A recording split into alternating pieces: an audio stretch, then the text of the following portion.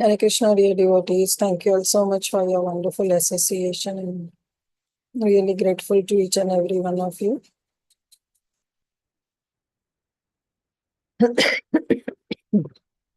Let's start our Srimad Bhagavatam study.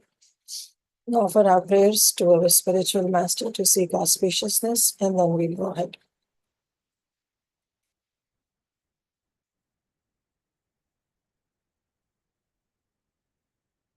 Om Namo Bhagavate Vasudevaya. Om Namo Bhagavate Vasudevaya. Om Namo Bhagavate Vasudevaya. Narayanam Namaskrityam Naram Chaiva Narottamam Devim Saraswatim Vyasam Tato Jayam Udiraye Nashtiprayeshu Abhadreshu Nityam Bhagavata Sevaya Bhagavati Uttama Shloke Bhaktir Bhavati Naishtiki Sarva Shastrabdi Piyusha Sarva Vedaika Satphala Sarva Siddhanta Ratnadya Sarva Lokaika Drikprada Sarva Bhagavata Prana Srimad Bhagavato Prabho Kalidhvanto Ditaditya Shri Krishna Parivartita परमानंद पाठाय प्रेम वर्षक्षरायते सर्वदा सर्वसेव्याय श्री कृष्णाय नमोस्तुमे मदेकबंधो मत्संगिन् मद्गुरु मद्महाधन मन्निस्तारक मद्भाग्य मन् आनंद नमोस्तुते असाधु साधु तादायिन्नि अतिनीचोचतारक हानमुञ्च कदाचिन्मां प्रेम्णा हृत्कण्ठय स्फुरा ॐ अज्ञानतिमिरन्धस्य ज्ञानाञ्जनशलाकया चक्षुरुन्मीलितं येन तस्मै श्रीगुरुवे नमः श्रीचैतन्यमनोभीष्टं स्थापितं येन भूतले स्वयं रूप कदा मह्यं ददाति स्वपदान्तिकम् नमो विष्णुपादाय कृष्णप्रेष्ठाय भूतले श्रीमते भक्ति वेदांत स्वामिनिति नामिने नमस्ते सारस्वते देवे गौरवाणी प्रचारिणे निर्विशेष शून्यवादी पाश्चात्य देशतारिणे वाञ्छाकल्पातरुभ्यश्च कृपा सिन्धुभ्येव च पतितानां पावनेभ्यो वैष्णवेभ्यो नमो नमः। जय श्री कृष्ण चैतन्य प्रभु नित्यानंद श्री अद्वैत गदाधर शिवासादि गौर भक्त वृंद हरे कृष्णा कृष्ण कृष्णा हरे हरे हरे राम राम राम हरे हरे गुरुवे गौरचंद्राय राधिकाय तदालय कृष्णाय कृष्ण भक्ताय तद्भक्ताय नमो नमः। मुखं करोति वाचालं भङ्गुं लङ्घयते गिरिं यत्कृपातमहं वन्दे श्रीगुरुदीनतारिणं परमानन्दमाधवं Sri Krishna Chaitanya ईश्वरम्।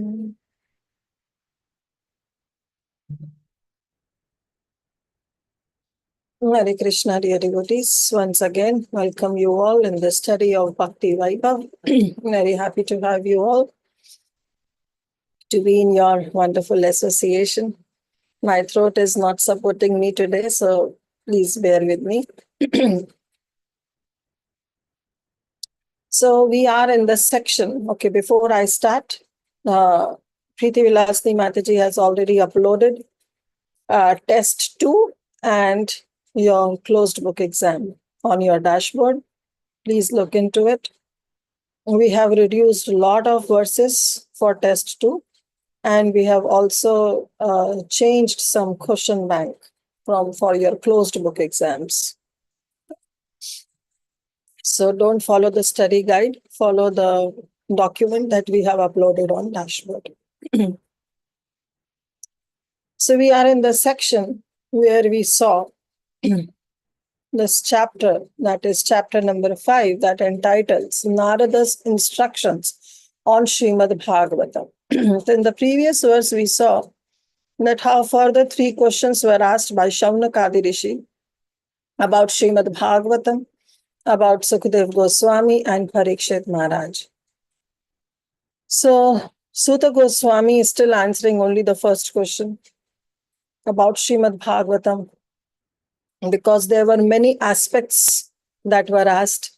They asked about when, where, how, and under whose inspiration this Srimad Bhagavatam was compiled. So it was a detailed question.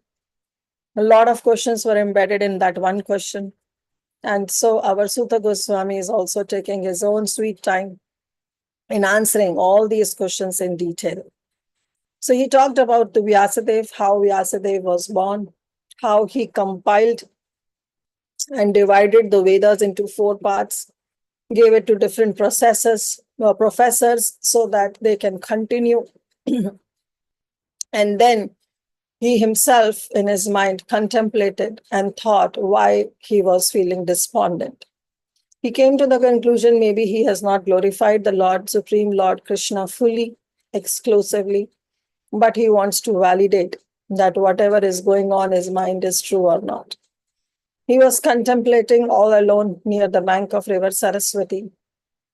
And at that time, Srila Narad Muni came. So the entrance of Sri Narad Muni happened in the previous chapter. In this chapter onwards, Vyasadeva welcomed Narad Muni, gave him proper seat, addressed him, worshipped him, and then he asked his question about why he was feeling despondent, so much depressed, even after doing so much of work, dividing the Vedas and writing Itihasas, Puranas. Then Narad Muni, he asked that why do you think that you are feeling despondent? You do not have lack of any realized knowledge. You are a realized person. So definitely your despondency is not due to some lack of knowledge. But then he said that you are such a great person. And you have done so much of work, even Narad Muni acknowledged. And then our Vyasadeva, he said, yes, you are correct. But still, you are the supreme. I still want to know that whatever is going in my mind is true or not. Then Narad Muni said, of course, actually that is true, because you have exclusively not glorified the Supreme Personality of Godhead and the process to attain Him. And the process to attain Him is Bhakti Yoga. In that regard, in the last class, you all read that how Narad Muni describes the importance of glorifying Lord Krishna. And he said, yes, you have written a lot of Puranas, Itihasas, divided the Vedas. And even Vyasadeva said that I have done this. And if you are saying that I have not exclusively described the qualities of the Lord, but I have done it in Padma Purana, I have described exclusively the qualities of the Supreme Lord.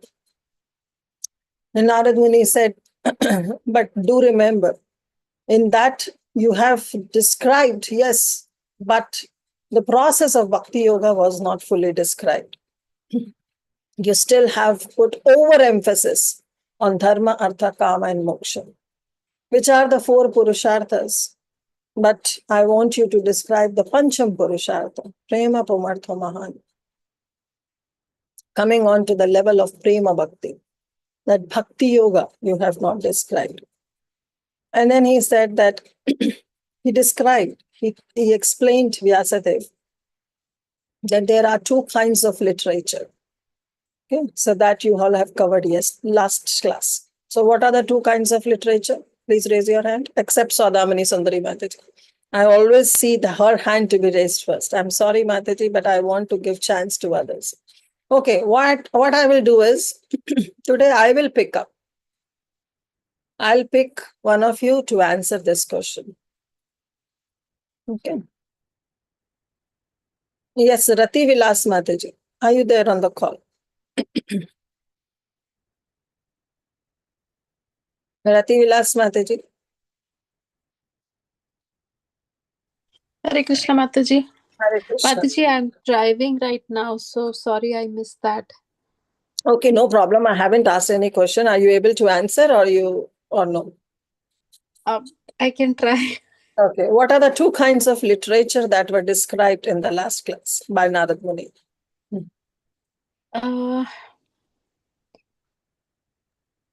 I don't remember, Mataji. No problem. Gauranga Gopal Prabhu.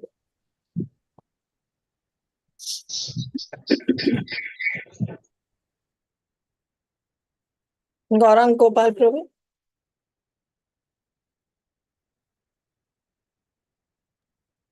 Why I did this?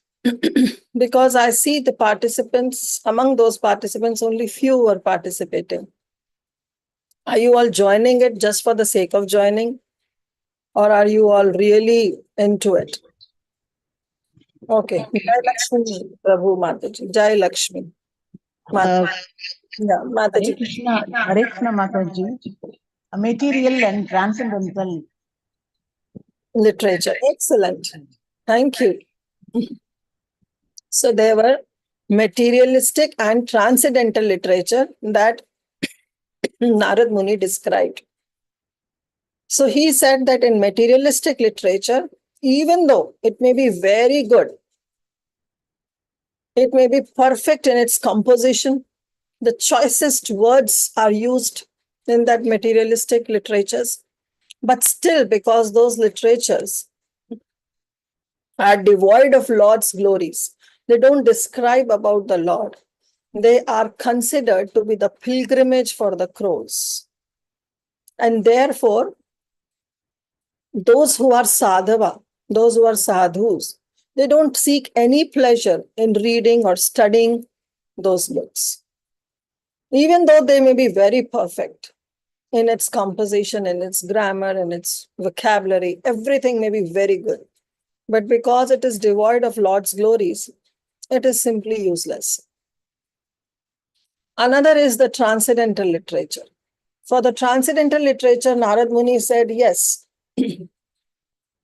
those literature may be not very perfect in grammatarian rules, or maybe the choicest words are not used, but still because those literature, they deal in glories of the Supreme Lord.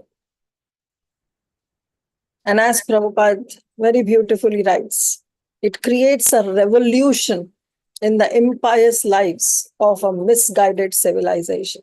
You all can memorize this line. It's a very beautiful line. It is, if you try to do the translation, just arth, you may not find such words in the Sanskrit.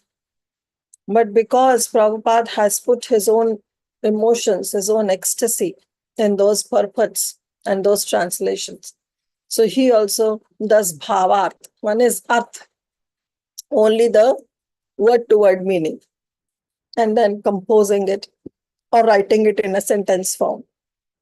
The Prabhupada's translations, and especially the translations, they are not only just the word-to-word translation of the Sanskrit. Sometimes it is, but mostly Prabhupada puts his own emotions and ecstasy into those translations.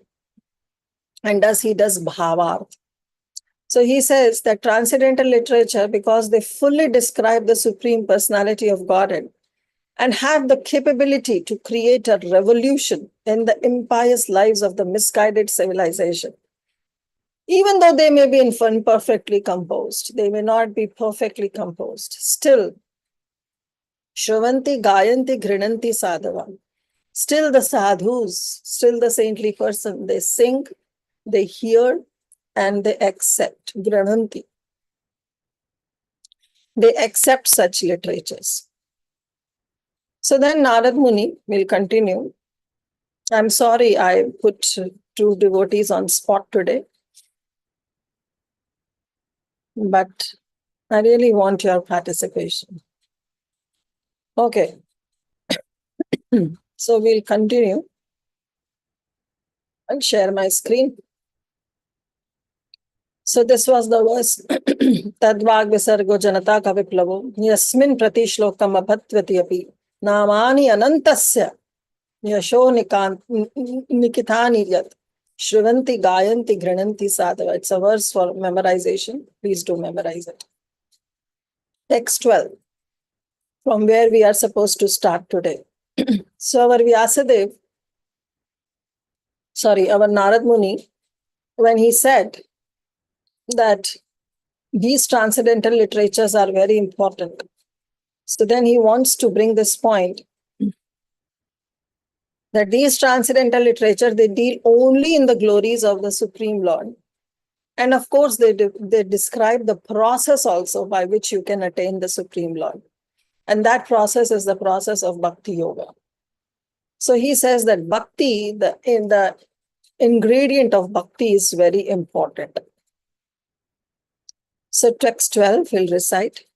Naishkarmyamapyachyuta bhava varjitam na shobhate jnanamalam niranjanam kuta puna shashvada bhadramishware na charpitam karma yadapyakaranam akaranam.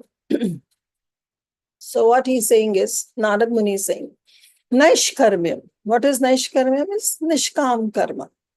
When somebody does any activity but doesn't expect any result to it, or you can say is renounced from the results of those activities, which is very good. If somebody renounces the results of one's activity, which is Naishkarma. Sakam karma is when we perform certain activities and at the same time, we have the huge list. Krishna, give me this, and because of which I'm doing these activities. That is Sakam karma. But Nishkam karma is definitely above those Sakam karmas. Because in Nishkam karma, the person who is performing a certain fruitive activity is not attached to the results of that activity. So, our Narad Muni is saying, Naishkarmyam api. Even if somebody is doing Naishkarma, is freed from the results of the fruitive activity, as Prabhupada has translated.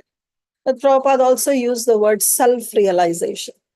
So in Naishkarmyam, Prabhupada has included Jnana Yogis also. Because Jnana Yogis, they want to do what? Atma Sakshatkar. They want to become self-realized. So he's saying Naishkarmyam api, even if somebody is performing Naishkarmyam, but if that karma is Achyuta Bhava Varjitam, Varjita means it is devoid. There is devoid of what? Achyuta Bhava.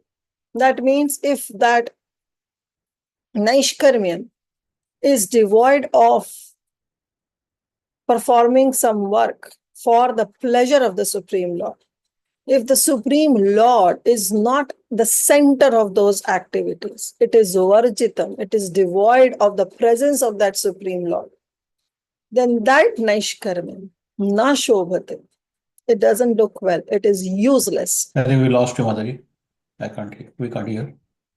You can't hear me? No, We no, can hear you. We can hear very We clearly. can, Mataji. Thank you.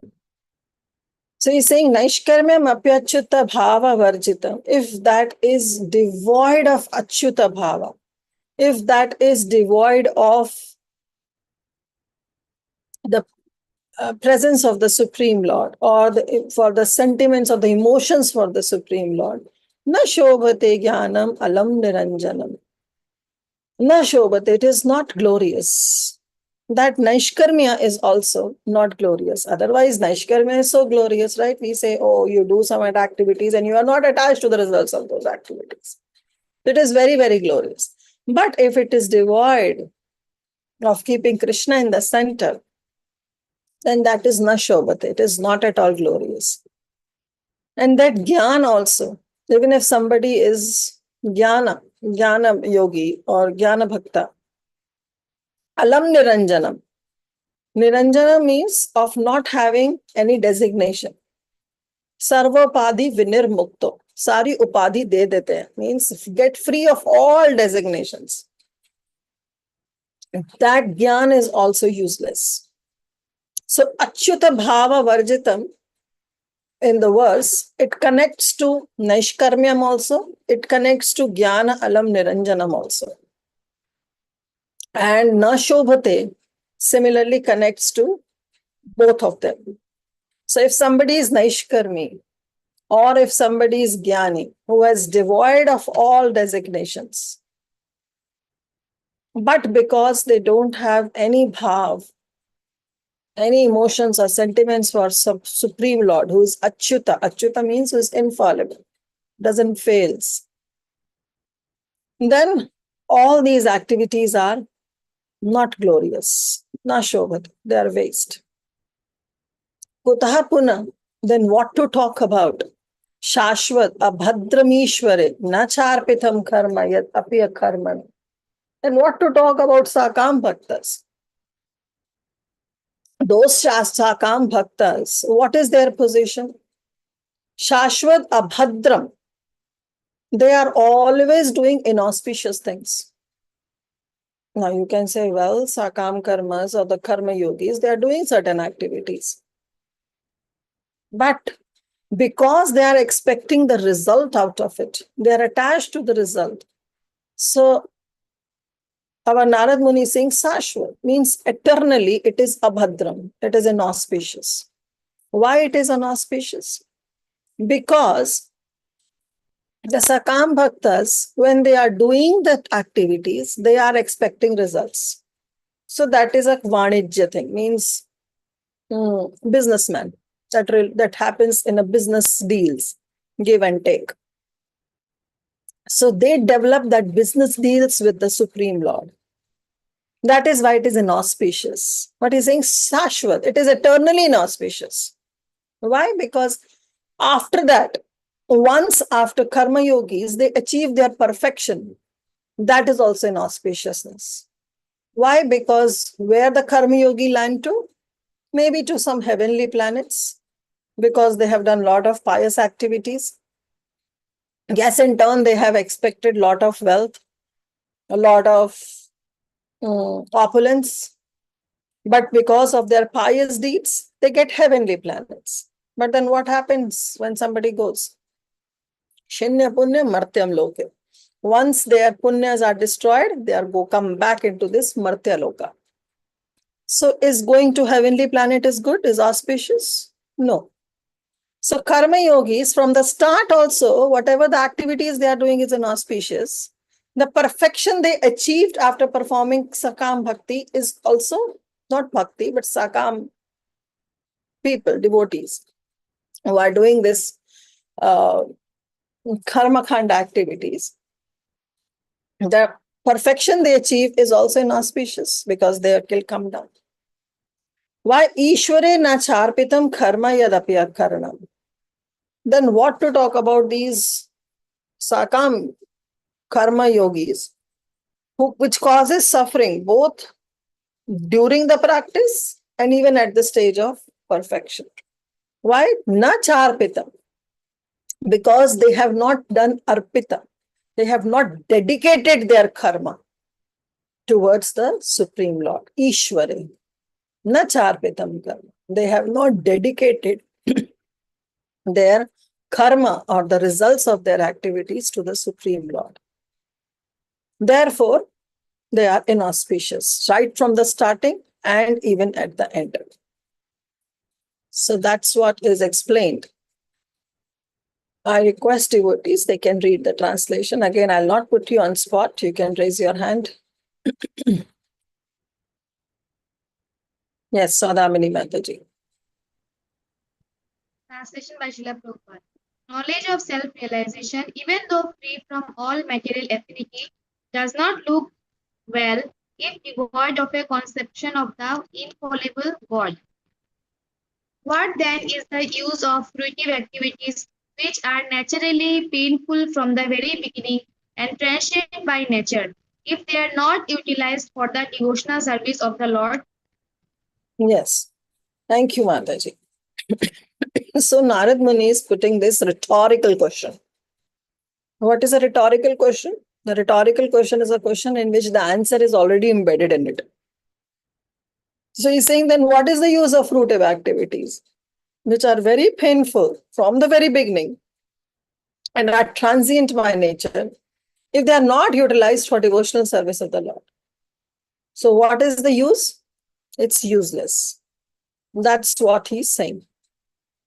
Any practice which is devoid of achyuta bhava, the emotions for the Supreme Lord, then it is simply useless. In the first canto, first chapter only we have read, first or second chapter.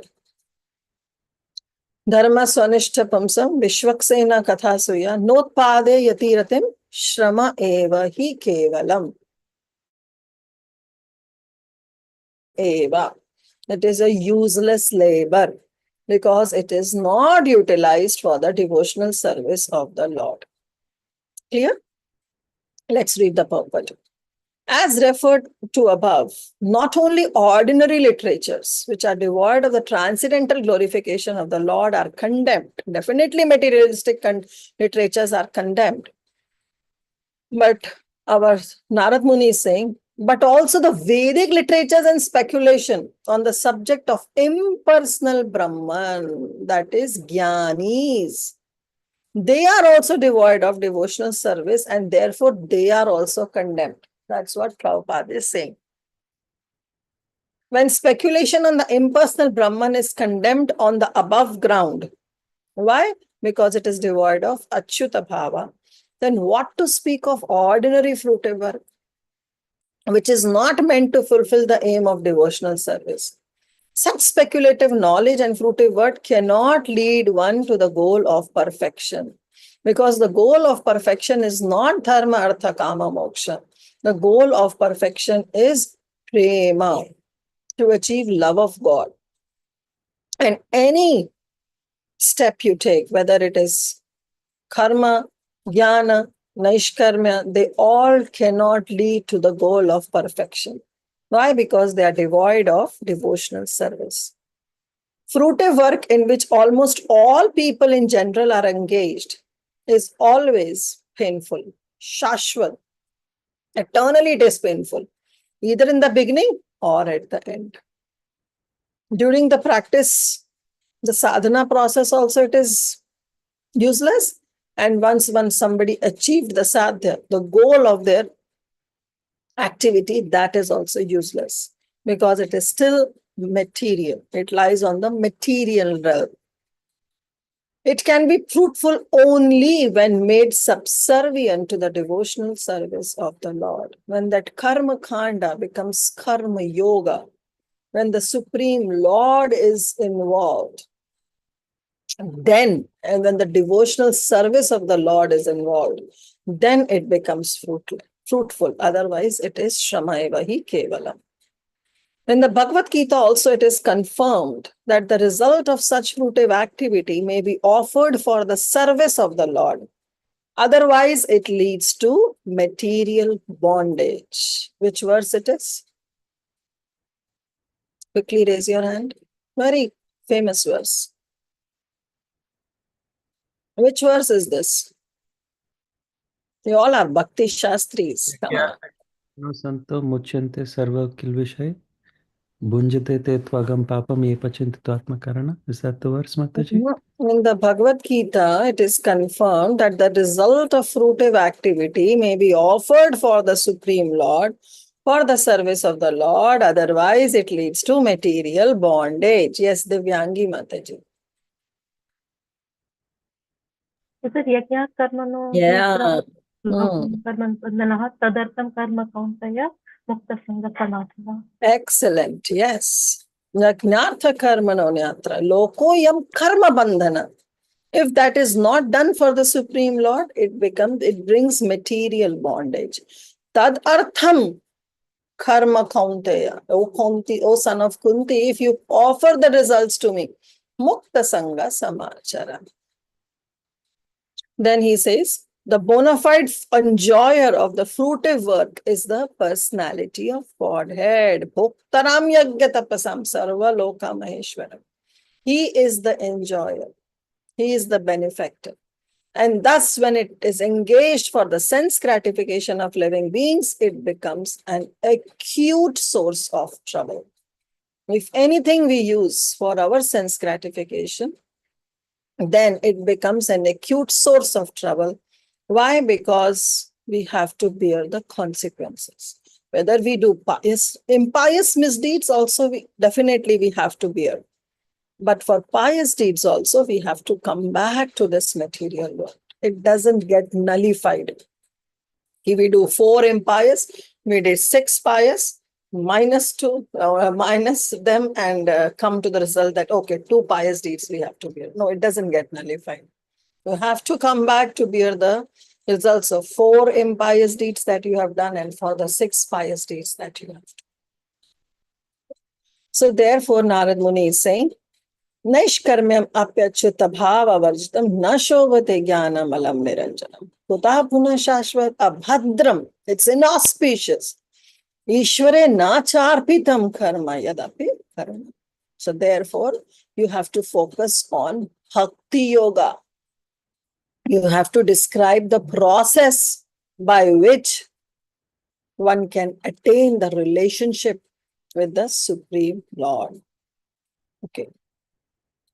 Yes, Divyangi Mataji, you have raised your hand. Mataji, I had a question on the previous verse, the verse we just discussed. Hmm. That is Naishkarmya, which is devoid of Achyuta Bhava. Hmm. Naishkarmya, they are not karma kandis, they are not attached to fruitive work. So Hmm. usually we think that we offer the results to Krishna, so that's how we become unattached to fruitive work. So Hmm. what is the mindset of these Naishkarmya people, Mataji? They don't have Achyuta Bhava, but at the same time they are not attached to fruitive work. Yeah. So like in what basis are they able to give up fruitive work or give up the results without being attached to Krishna? So here, very nice question. Normally we say Naishkarmyam are those who perform karmakanda activities, but they offer the results to Krishna. So those are Naishkarma yogis. But here Prabhupada saying is Naishkarmyam can also refer to those, the stage of jnana, where they come to this realization that performing any fruitive activities can give them some consequences to bear. So therefore, they come to the level of Naishkarmya, where there is no bondage of karma. Definitely there is no bondage of karma because they are not doing any activity for their own sense gratification. But it is devoid of bhakti. If they don't offer the results to Krishna, then that Naishkarmya, even though it can be free of bondage, even though it is free of some designation, but because it is not offered to Krishna, there is no tinge of devotional service into it, it is useless. So Naishkarmya can not only refer, not only to those people who perform activity and offer to the results, there are Naishkarmya, they are the people who know this knowledge, who have this complete knowledge, but still they don't offer it to Krishna. And that Prabhupada says they are impersonalists or they are jnanis. Okay, Got Mataji? it, Mataji. Yes, Mataji. Okay. Very helpful. Thank you, Mataji. Hare Krishna. Yes, Tulsi Gopi Mataji. Hare Krishna Mataji. Hmm. In the translation, it's mentioned here that when the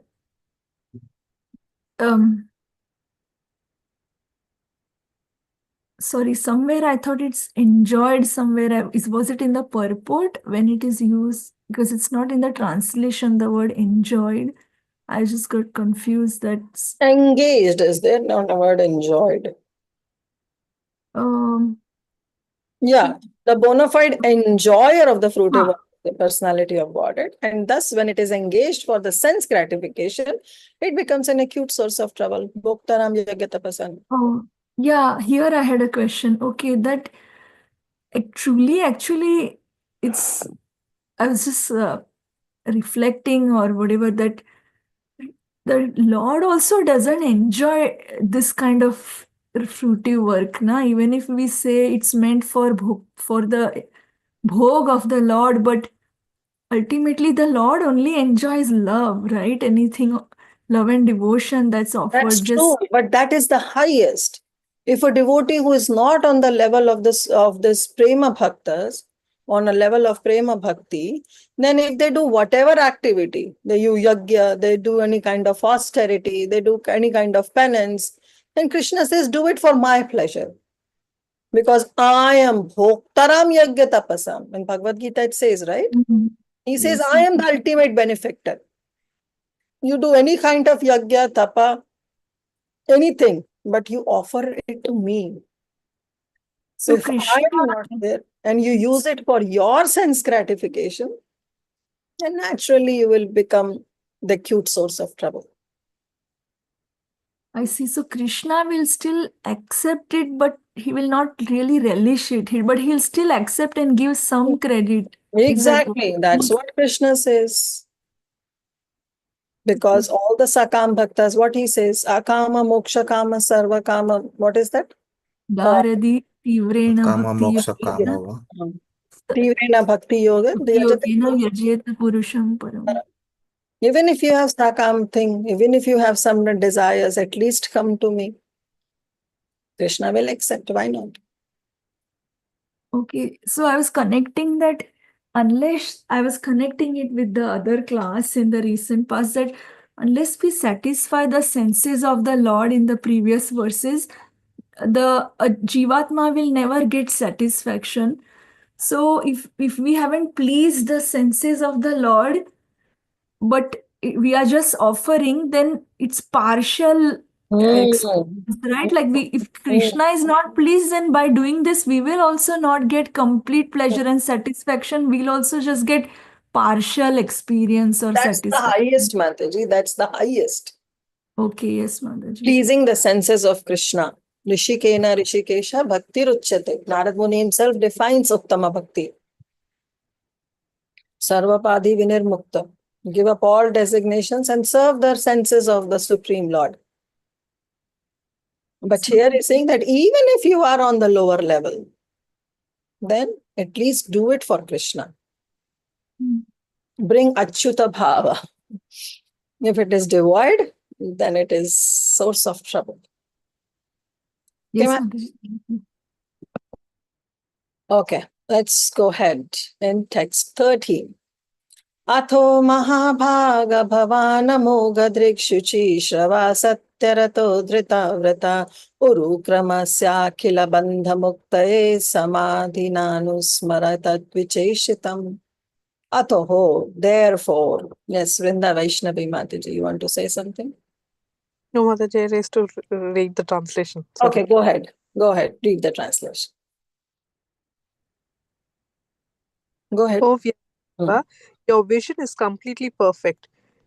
Your good fame is spotless. You are firm in vow and situated in truthfulness. And thus you can think of the pastime of the Lord in trance for the liberation of the people in general from all material bondage. Hare Krishna Mataji, thank you. Thank you, Mataji. So sorry. Atho. Now, what Narad Muni will be doing, he'll be describing the glories of Vyasadeva. So he has told that, okay, these are the transcendental literature. This is a materialistic nature literature. Definitely in materialistic literature is condemned. Okay, if somebody is attached to transcendental literature, that is very good. But he says that transcendental literature also, if it is devoid of Achyuta Bhava, then that is also condemned. So therefore, because the process of Bhakti Yoga is also not accepted, then it is useless. So then Narad Muni says, Atho, therefore, O Vyasadeva. Now instead of saying O Vyasadeva, he describes the qualities of Vyasadeva. Therefore, so he describes 6 qualities. Mahabhaga, O greatly fortunate person.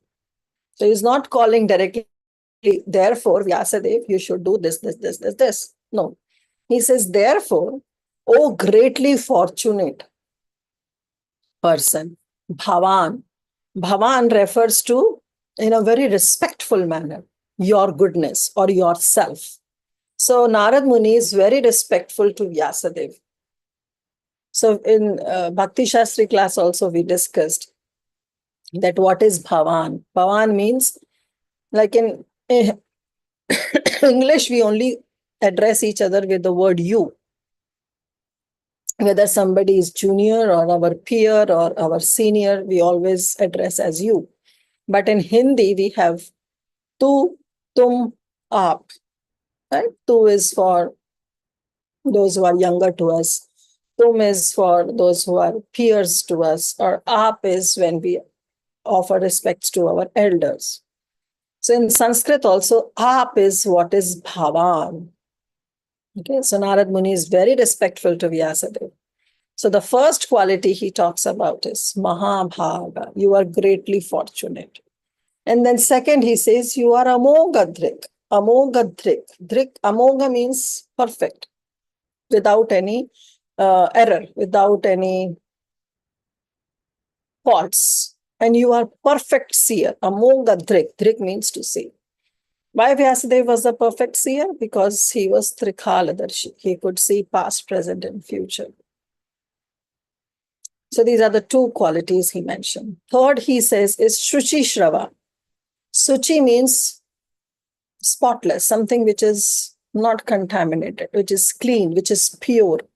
Shrava means fame. So he says your fame is also spotless. You are very famous, but your fame is also very spotless. Satyarata. Satyarata means, as Prabhupada translates, having taken the vows of truthfulness. So Satyarata means you are very truthful to your vows. You take vows, but at the same time, you try to complete it. Dhrita Vrata, you are very fixed in your vratas, in the austerities that you are performing. So then he says, Akhila Bandha Muktaya. For the pleasure, for the Akhila Bandha Muktaya, for the conditioned souls to be Muktaya, to be liberated. What do you have to do? Urukrama. Urukrama refers to the Supreme Lord. Urukrama is our Vamanadev, Trivikrama or Urukrama, performing great activities. So he's saying that you have to perform great supernatural activities. Urukrama Sakhila Bandha Muktaya, for the pleasure. Those qualities that you have to do is, you have to perform those very superhuman activities, but for Akhila Bandha Muktaya, for the liberation of the conditioned souls, Nitya Bandhas. Akhila means for time immemorial. They have been under the clutches of Maya. They are in the bondage of Maya. So he's saying, therefore, O greatly fortunate, your goodness, Vyasadeva, you are Amoghadrik, you are perfect seer, your fame is spotless, you have taken the vows of truthfulness, at the same time you are fixed in your spiritual qualities, and all the supernatural activities that you have done. And what are the supernatural activities? That dividing the Vedas, writing Itihasas, Puranas. For what? For eternally conditioned souls, so that they can be liberated. You have done all this. But now, Samadhina Anusmara.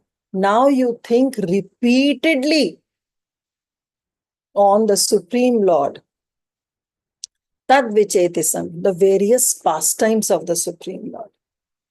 So till now you have done whatever is good. These are your qualities. Now I want to tell you, therefore, in your Samadhi Dasha, means sit, reflect, contemplate, introspect.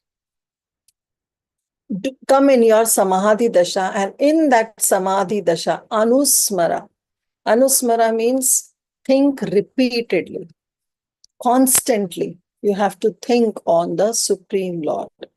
So yes, so your knowledge is useful, your character is pure. Your knowledge is useful means you are Amoghadrik, your character is pure, you are Shuchi Shrava, you are devoted to truthfulness, you are Sataratrata, and you are determined in your vows, you are Dhritavrata.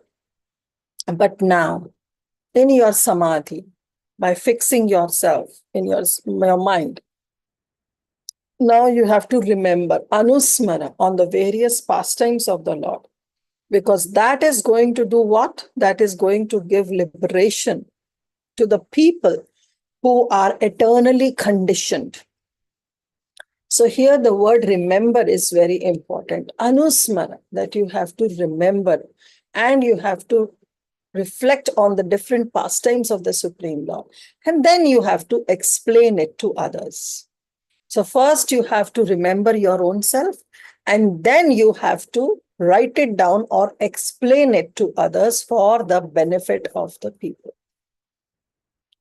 And thus you can think of the pastimes of the Lord in your Samadhi Dasha, in trance, for Akhila Bandha Muktya, for the liberation of the people in general from all material bondage. So this is the instruction that is given by Narad Muni to Vyasadeva. In purport, Prabhupada writes, people in general have a taste for literature by instinct. Whatever their internal nature is, accordingly they will have the taste in literatures.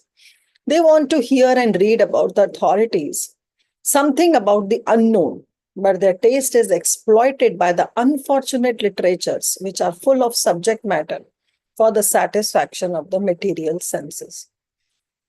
Such literatures are definitely condemned. They are influence of Maya and they end in sense gratification.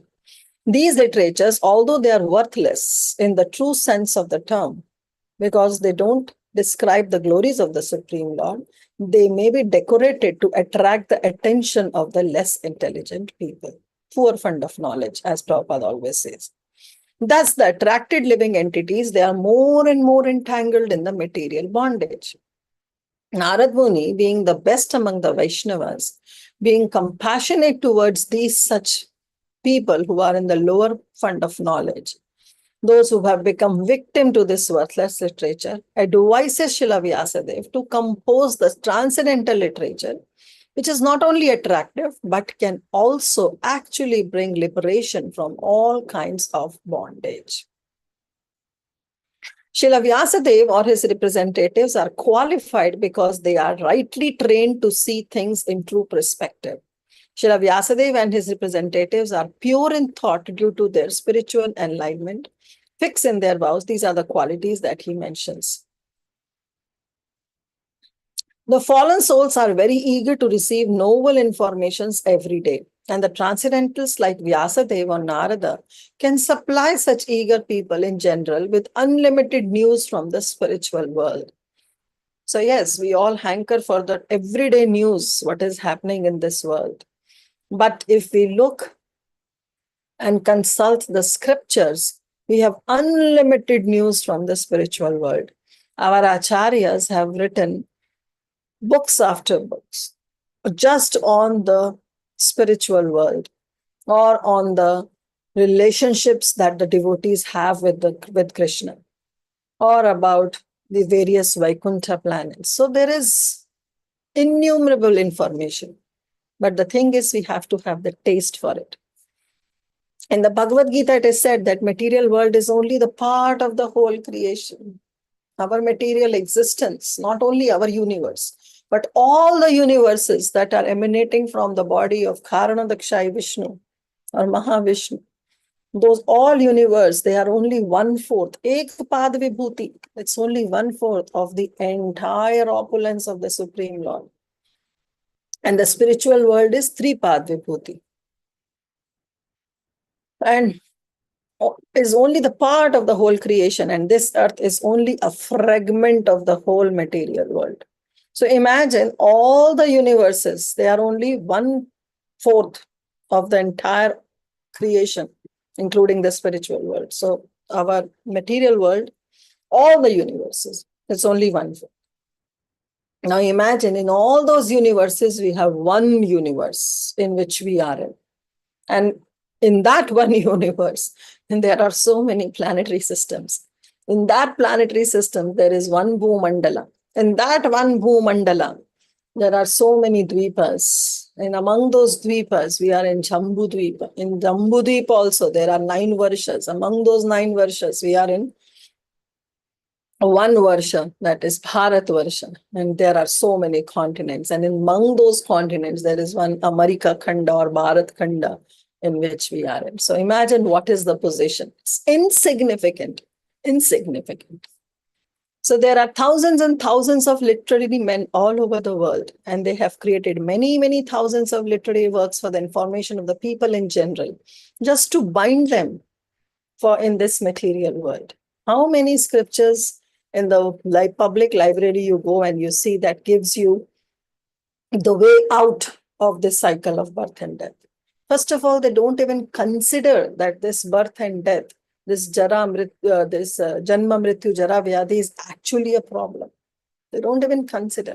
And when you don't even consider this as a problem, why will you go to a doctor to seek the advice to get rid of those diseases? Unless and until the disease is prominent or you accept the disease, you will not go to the doctor.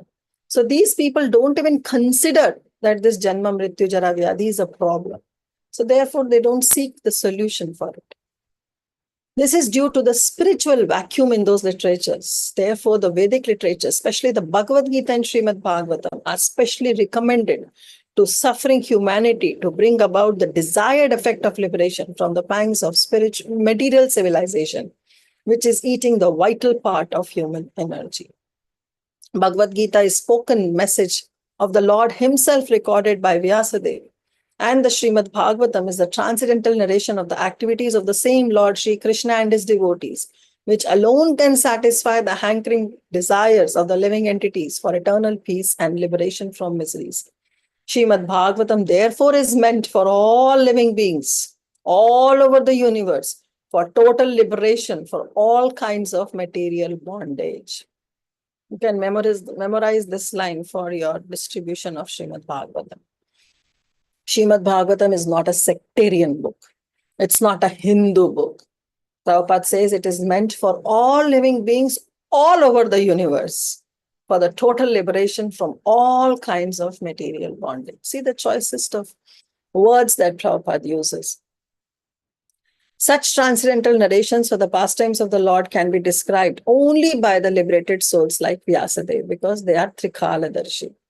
Only to such devotees do the pastimes of the Lord and the transcendental nature become automatically manifest by the tint of spiritual devotional service.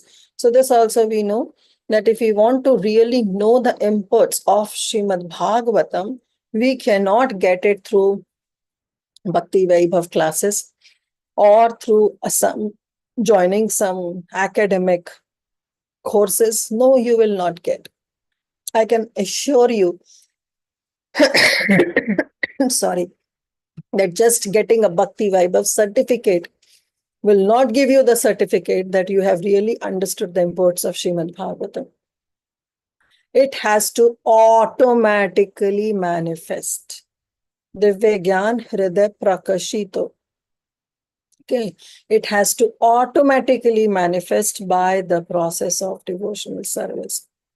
Every time you read Srimad Bhagavatam, no matter you have read 10 times, 20 times in your life, still when you open it again, the new realizations will come in. So just doing this Bhakti Vaibhav certificate doesn't guarantee that you have understood the first 6 cantos fully. No, it's an ongoing process. It's the journey of the spiritual seeker, that the more they dive into it, the more realized they will become. No one else either know or describe the acts of the Lord, even if they speculate. Speculation, forget it. The descriptions of the Bhagavatam are so precise and accurate that whatever has been predicted in this great literature about 5,000 years ago is exactly what is happening. The stage of Kali Yuga. The Srimad Bhagavatam was written 5,000 years back. But today we know what is the condition of Kali Yuga is. Why? Because it was compiled by Srila Vyasadeva, who is Trikaladarshi. Therefore, the vision of the author comprehends past, present, and future. Such liberated persons as Vyasadeva are perfect, not only by the power of vision and wisdom, they are amoghadrik, but also in their oral reception and thinking, feeling, and all the sense activities. A liberated person possesses perfect senses, and with perfect senses only they can serve the sense proprietor Rishikesha, that is Sri Krishna, the Supreme Personality of Godhead. Srimad Bhagavatam, therefore, is the perfect description of all the perfect personality by the all-perfect personality, Srila Vyasadeva, who is the compiler of Vedas. So this is what our Narad Muni explains, that, O Vyasadeva, in your Samadhi Dasha, reflect, anusmara, remember, and then you describe Vichetishan. You describe it for the people who are in the lower fund of knowledge. Text 14. Tatonyatha kinchana yad vivakshata prithak drishastat krita rupa namabhi na karhichit kvapi dushhita matir labhete vata hatanaur ivaspadam. So in this verse now, our Narad Muni is giving the analogy. So he's saying, Tato, from that means whatever you have heard now, that you have to remember the Supreme Lord. You have to describe his pastimes. Because only from that, what will happen? If you do not adhere, right now he was very positive and telling Vyasadeva that you have to be very positive and you have to do this and that. But now our Narad Muni is saying, if you don't do that, he's with a negative connotation he's bringing. Tatonyatha kinchana yad vivakshataha prithak drishastat krita rupa namabhi na karhichit kvapicha dushtitha matir. Duhsthita matir. Matir means the intelligence.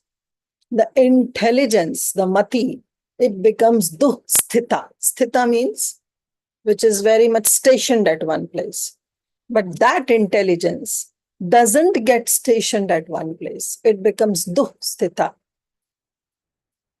How it becomes duhsthita? So now he's saying that the intelligence of people. Padmini Mataji, you have raised your hand. Tisha Mataji, there was a small disturbance in voice, so sorry, Mataji. Oh, okay, no problem. So your intelligence, the intelligence of people becomes dusthita. It becomes, Prabhupada says, oscillating mind. Because that which doesn't station at one place. For the mind to be in that samadhi dasha, it has to be stationed. It should be at peace. But if the mind is oscillating, is like a monkey jumping from one branch to another. So he's saying that intelligence is dusthita. The intelligence of the person, it becomes, it's never sthita, it's never stationed at one place. Whose intelligence will not be stationed? Those who desire to speak, vivakshata, those who have a desire to describe something, prathak, which is against or which is separated from what? Having the vision of tat krita rupa namabhi, which means it doesn't talk about the names or the forms of the Supreme Lord. If those people want to describe something separately from Lord Shri Krishna, then their mind, their intelligence will be completely in an oscillating stage. It will not be sthita, it will not be stationed. Just like labhate vata hata naur ivapsadam. Just like the naur. Naur means now, noka, or the boat. Vatahata. Vatahata means under the influence of wind. They are under the influence of wind. So what happens when the extreme winds are blowing? Even the boat loses its own control because it is under the influence of that wind. So similarly, Narad Muni is saying that your mind will also be under that influence of the literatures that you read. If those literatures are not describing the Naam, the Roop, the Leela of the Supreme Lord, then the literatures that you read and you describe, it will not be helpful for your intelligence to be at peace or to be at stationed. It will be like a monkey jumping from one branch to another because you will always be in some problem. The problems will not go. So when we are always in problems, we'll try to seek solutions for those problems, and therefore we will be diverted if we do not have ananyata towards the Supreme Personality of Godhead. If we are not stationed with our love for the Supreme Lord, then our intelligence will go, okay, do this, Maybe this is helpful. Maybe this is helpful. We'll go to different directions. But none of those directions is going to help us. It will make our conditions more worse. Just like the wind that disturbs even the ship. The boat is always agitated by the wind because it doesn't have any resting place. How beautifully Narad Muni is giving this. Yes, Nisha Mataji, go ahead, first read the translation and then we'll see if you have any question. Whenever you desire to Whatever you describe, desire. whatever you desire to describe that is separate in vision from the Lord simply reacts with different forms, names, and results to agitate the mind as the wind agitates a boat which has no resting place. Thank you, Mataji. You have any question also? No, Mataji, I just want to read. Perfect. Thank you. So the intelligence of the person who are desiring to speak on other subject matter and they have a separate vision, they become disturbed by the words that are described in those literature. Why? Because they don't deal with the Supreme Personality of Godhead. And hence what happens? They will not be able to attain the proper goal. It is just like the boat which is attacked by the wind. Duh stita matir, never stationed, it always oscillates. Prabhupada writes, Srila Vyasadeva is the editor of all descriptions of the Vedic literatures, and thus he has described transcendental realization in different ways, namely by fruitive activities, speculative knowledge, mystic power, and devotional service. Besides this, in his various Puranas, he has recommended the worship of so many demigods in different forms and names. The result is that people in general are puzzled how to fix their minds in the service of the Lord. And they're always disturbed about finding the real path of self-realization. So Srila Narada Dev is now stressing this particular defect in the Vedic literature that is compiled by Vyasadeva. And thus he's trying to emphasize describing everything in relation with the Supreme Lord and no one else.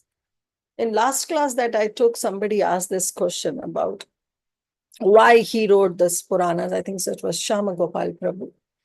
That why he wrote so many Puranas.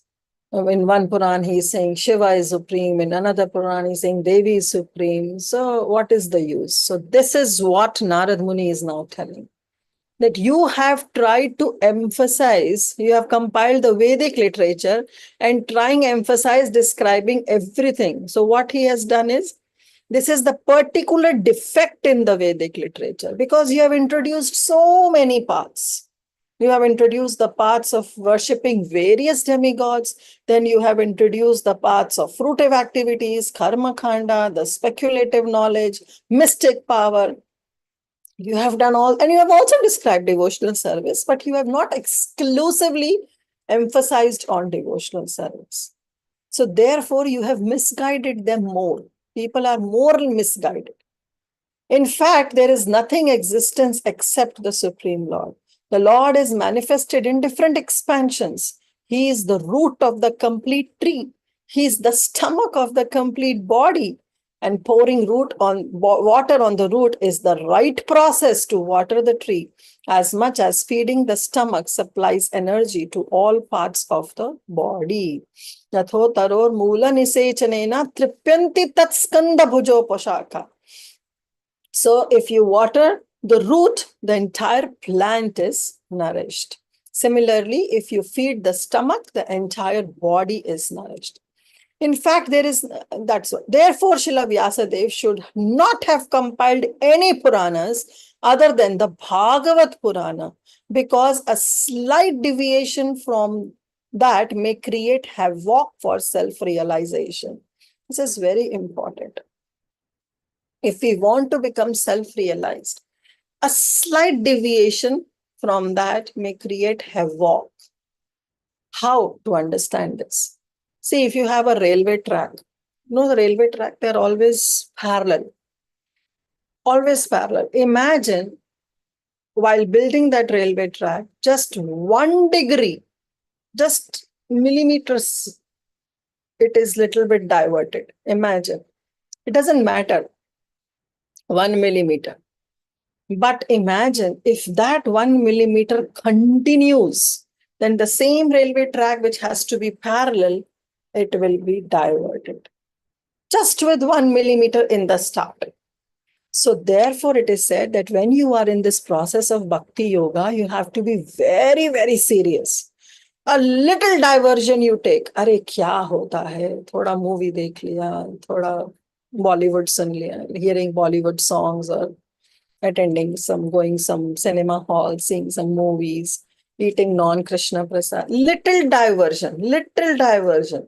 It's going to create havoc on the process of self-realization. Because the material life and spiritual life doesn't go hand in hand together. If a slight deviation can create that havoc, a little deviation, you are in the process of bhakti yoga only, but little deviation can move you away from that path. If little diversion can create havoc, then what to speak of deliberate expansion on the ideas that are separate from the absolute personality of Godhead? The most effective part is the worshipping demigods, and that has created a definite conception of pantheism. Pantheism means worshipping various demigods, ending disastrously in many religious sects which are detrimental, which brings problems, which are impediments to the progress of the principles of Bhagavatam, which alone can give accurate direction for self-realization in eternal relation with the Supreme Personality of Godhead by devotional service in transcendental literature. So this is what it is. Like if we are on this and a slight deviation, because what Krishna says, Sarva dharman parityajam mamekam sharanam vraja. That is what Krishna says.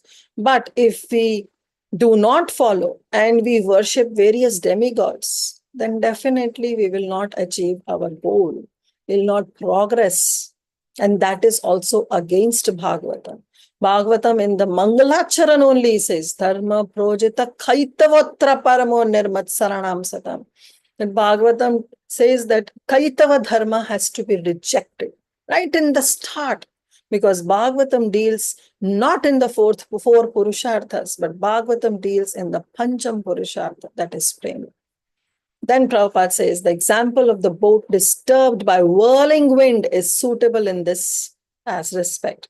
The diverted mind of the pantheist can never reach the perfection of self-realization, because they will run after one demigod after. There is no conception of one God. They consider everybody as God. That is what is pantheism. And due to the disturbed condition of the selection of object, they will, if they have this problem, they want to please Lordship. This problem, they'll go to Ganesha. This thing, they will go to Devi. So they are in this pantheistic view of mind. And that's not going to help at any case, because that will disturb your ananyata towards that Supreme Lord, where Bhagavad Gita only Krishna says that for the demigods also, whatever they are able to give you the benediction, it's because I have empowered. So ultimately you are worshipping me only, but in an indirect way, avidhi purvakam. But you are worshipping me. Then why not directly worship Krishna? Then why not directly have faith in Krishna? And then why not directly have ananyata towards Krishna? So this is what Narad. Yes, Bimal Prabhu, you have question. Yeah, Mataji, Hare Krishna. Mataji, this when you read this statement, right? You have written so many Puranas. There is no need to write so many Puranas. Exactly which Puranas we are referring, Mataji, here? Different Puranas, that Devi Puran, Shiv Puran, what all the other Puranas he has saying. No need to compile all this. You would have only focused on Bhagavad Puran. That would have given the right direction to the people in general. Right, Mataji.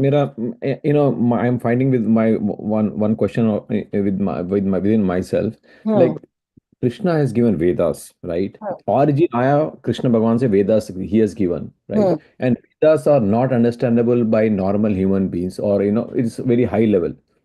And then Lord Brahma has voiced out the Vedas from 4 different mouths, right? And he did good work that he sorted out and compiled everything Vyasadeva has done.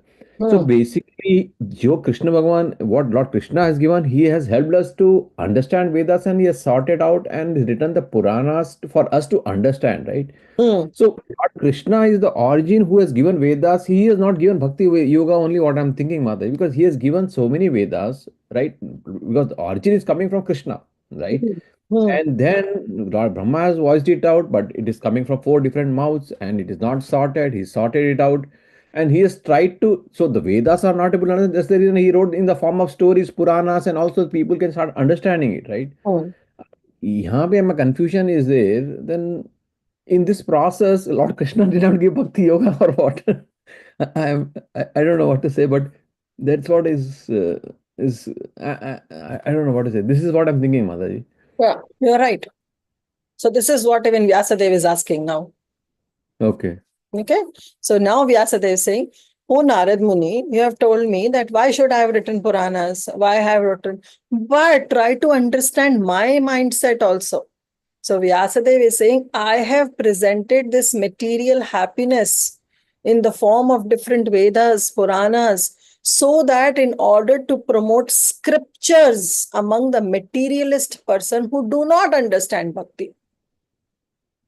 So this is what even Vyasadeva is saying, that I have written all this because everybody may not be on the platform of Bhakti.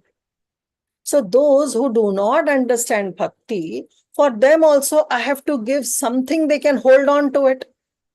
So therefore I have written this various Puranas and I have to bring this pantheism among the people in general. So what wrong I have done? Because see, Bhakti is for graduates. Not everybody is a graduate. Somebody may be on the kindergarten level, somebody may be on the primary elementary level, somebody may be on the middle school, some may be in the high school. Not everybody are eligible to do undergrad. So this Bhakti is undergrad. I understand. It's doing your bachelor's degree. But I want to promote scriptures so that at least those who are on the kindergarten or elementary level can also understand. So what wrong I have done? Because they are not right now on the level of understanding Bhakti. So what should I do? Then our Narad Muni says, जुगुप्सितं धर्म कृतेऽनुशासता स्वभाव रक्तस्य महान् व्यतिक्रम मद्वाक्यतो धर्म इति तरस्थितो न मन्यते तस्य निवारणं जन. So he is saying that whatever you have written, okay, somebody can read the translation. Vimal Prabhu, okay, go ahead, Padmini Mataji. 1 minute, Mataji, just expand it a little bit. The people in general are naturally inclined to enjoy, and you have encouraged them in that way in the name of religion. This verily condemned and is quite unreasonable, because they are guided under your instructions. They will accept such activities in the name of religion and will hardly care for prohibitions. Vimal Prabhu, thank you, Mataji. Yes, Vedas are there. Vedas cater the needs for everybody. Brahma also spoke from his 4 mouths. But when Vyasadeva came, Vyasadeva was doing it for what? For Loka Kalyan. Right? He said that I have divided the Vedas. It's okay, you have divided the Vedas. And you have written the Itihasas and Puranas. But those Puranas, you have just focused on one Puran. Why do you have to write everything? And because the Vedas, they cater the needs of everything. But you don't have to focus on all the points which are not good for one's spiritual progress.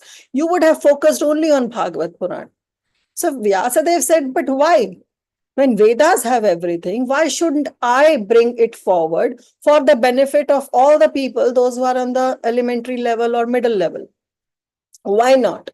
And then this, our Narad Muni says, because these people are naturally inclined to enjoy. Swabhava raktasya. उनका स्वभाव ही यही है. They have their intrinsic nature because they want to enjoy. Why we came in this world? Because we want to enjoy. We want to become Ishvara, want to enjoy separately from Krishna. So that tendency of enjoyment is there right from the starting. Now, जब inclination होता है enjoy का, if somebody is very much inclined to drinking and you go and bring and take them to some bar, what else? In Hindi we say, right? Andha kya mange, do aankh? A blind person, what does he want? He just want an eyes to see. That's what. So a person who is already inclined in sense enjoyment and you expose them to different sense objects, naturally they will be inclined. So you have encouraged them in that way. In the name of religion, dharma ke naam se, you have literally engaged them in more sense gratification. And that is jugupshitam, that is highly condemned, because we are conditioned because of this desire to enjoy separately from Krishna. And this desire, you have fanned it by writing different Puranas. And in the name of religion, you have written. Those who are reading Shiv Puran, naturally they will know that Shiva is supreme. They will not understand that what is the position of Lord Shiva. He is like a yogurt. He cannot be milk. Never. Yogurt cannot come back to milk. From milk, yogurt can be made, but from yogurt, milk cannot be replaced. So he is saying, you have described all this, and that has literally fanned their inclination to enjoy in the name of religion. Yad vakyato dharma ititarastito. And because they are guided under your instructions, aapki vakya se, whatever vakya, whatever statements you have written in different Puranas, they have accepted as dharma because you are the authority. If the authorized person is doing something, then people will blame whom? They will not blame themselves. They will blame the authority only, that the authority has written. If I am accepting it, what's wrong in it? Na manyate, and because of which they will never agree to give up. Tasya nivaranam jana. They will never able to give up these so-called prohibitions. So what Narad Muni is saying that yes, you have created a great disturbance by teaching this condemned subject matter to people who are already attached to the sense enjoyment in the name of dharma, and thinking that you are the authority. So what you have taught is actually the real dharma.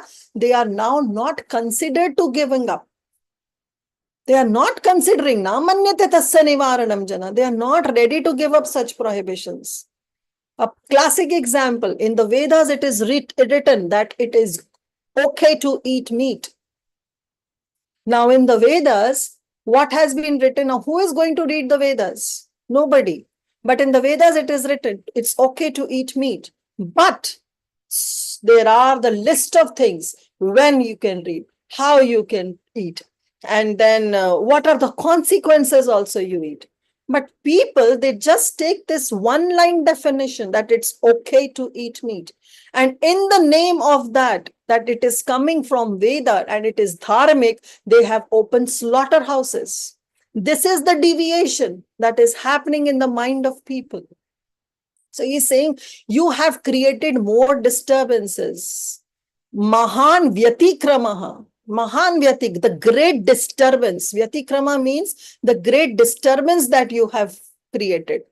Vigna dal de hai means you have brought disturbances in the life of people that now it is impossible for them to continue on their spiritual progress because you have diverted them into this so-called pantheism. So therefore, now they are not ready to give up. They are not ready to give up.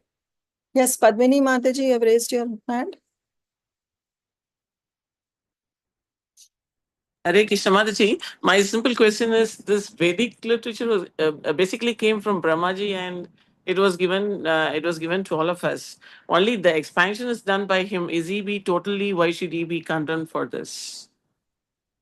Yes, Vedas are coming from Krishna, from Brahma, and our Vyasadev has only divided the Vedas into 4 equal sections. That, okay, this section is from the Rig Veda, from Sama Veda, from Yajur Veda, from uh, Atharva Veda. But he has written different Puranas and Itihasas also. So for Itihasa that he has written, like Mahabharata, it's okay. But he has written Puranas also. And that our Narad Muni is saying that what was the need of writing so many Puranas? You have had just focus. Why he wrote Puranas? He didn't write Puranas for some Brahmanas who are very perfect in reading all the Vedas. Yes, Brahmanas can read the Vedas and then they can come to the conclusions. Vedascha sarvar ahameva vedyo, like Krishna says. They are eligible to read different Vedas and they will come to the right conclusion that Krishna is the supreme. Krishna is to be known after knowing all the Vedas. But for the people of Kali Yuga who are not eligible of understanding the Vedas in the right context, for them, our Vyasadev, out of compassion for Loka Kalyan, he wrote different Puranas so that at least they will have some inclination towards the scriptural knowledge. Because people of Kali Yuga, they are not inclined for scriptural knowledge. They are only for sense gratification. They are not at all inclined for scriptural knowledge. So that they somehow get inclined to scriptural knowledge, Vyasadev, he wrote different Puranas for elementary level. Sorry, Mataji, just to interrupt. Mahabharata and Ramayana are two Itihasas. They're really Bhakti. They are also showing. Yeah. So he's not talking about Itihasas. Narad Muni is not talking about Itihasas. He's saying for Itihasas, you have written Mahabharata and definitely the crux of that is Bhagavad Gita. Yes, yes. That is okay. But he's talking about the different Puranas with which he has created pantheism in the heart of the people. Okay. What was the need of writing those Puranas? Because it's all about pantheism then. Easy. Thank you. So he's anyways misguiding them. They are already misguided. And on top of that, you are giving all these in the name of dharma, that these are different Puranas. Why? What was the need? You have written only focused on Bhagavad Puran. What was the need of writing different Puranas? Anyways, you have written for people in general. So the people of Kali Yuga, those who cannot stick to Vedas, for them only you have written Puranas. So what was the need of writing so many Puranas? Only one Puran would have been enough. And that is our Bhagavad Puran. So that like less choices are given, that means the people mind will not be deviated. You have given so many choices. Already they are into a degraded position. On top of that, you have given so many choices. So what are you expecting? And because it is coming from you, Vyasadev, you are an authority. Now they are saying, wow, Vyasadev has written. So it is authorized. So now it's very difficult for them to give up. And they are not ready to give up. Okay. Yes, Sankari Mataji. Hare Krishna Mataji. First of all, please accept my most respectful obeisances at the dust of your lotus feet. Despite we all can hear that your throat is actually not supporting you, but the enthusiasm from your voice just doesn't go. It just inspires us also to just stick to the class and just, give our whole attention to what we are studying. So thank you so much for doing this, Mataji, every single day, every single week that you're nourishing I'm us. selfish. It's for me, Mataji. Please instill that selfishness in us as well, please. And Mataji, another thing, while we are at the discussion, I was thinking, Mataji, that, when we read the introduction to Sri Ushopanishad, how beautifully Prabhupada describes that what are Vedas. He says the word Veda is to know, and everything that we get to know is included in Vedas. I've heard my Guru Maharaj, His Grace Vaisheshika Prabhu, also say this, that see, all the logies that we have in the word, psychology, sociology, whatever you talk about, any logy that we have, it actually comes from Vedas. So every material study that we have has to originate from Veda. So Veda has to have that place. And that's what our Vyasadev has done as well. And if the material world has been created with so many demigods looking after the affairs of the world, then we ought to know about them. We Of course. ought to know how the cosmology is working. If he would have only spoken, because so we'll have to come to the Chatushloki in second canto to actually know what Krishna told to Brahmaji, how Brahmaji expanded it to Narad Muni, and then how it came down to Vyasadev. So there definitely Krishna has said that, listen, you only have to worship me. But then when it is coming down to the Veda, where every single knowledge that we have access to, or which is there existent, has to be included in the Veda, that's exactly what Vyasadeva has done. Mm. He's not left any nook and corner of the creation, so that we are devoid of any knowledge that has come from Krishna to us, be it material, be it spiritual. So when it comes to material knowledge also, it has come from Vyasadeva. And that's exactly what he did in all the four Vedas. But I was again relating it to, suppose if we are not from ISKCON, and if we read the Ekadashi stories, and at the end, we hear the Falashrutis. Oh my God, people will not think it's a Madhav Tithi. They'll say, oh, I don't have the capacity to do Ashwamedha Yagyas or give charity, give cows in charity or gold in charity. So let's do Ekadashi Vrat. So every single Ekadashi story starts with Yudhishthir Maharaj Right. talking to Krishna. So Yes. Krishna is saying this. It's coming from his mouth now, authority. So Krishna is saying, oh, if you do this. So as you said, that we are in Kali Yuga, inclination is for sense enjoyment. So people take that, as you said, that people have to be in that level to appreciate bhakti and accept bhakti and take it in their lives as the mainstay. So really, Vyasadeva has just given us all the knowledge that is there and he's delineated it in such a beautiful way that he's divided it in pieces so that whoever is inclined to whatever can take that. So yeah, in that process, people have kind of lost that crux of it. So just wanted to share that, Mataji. Hare Krishna.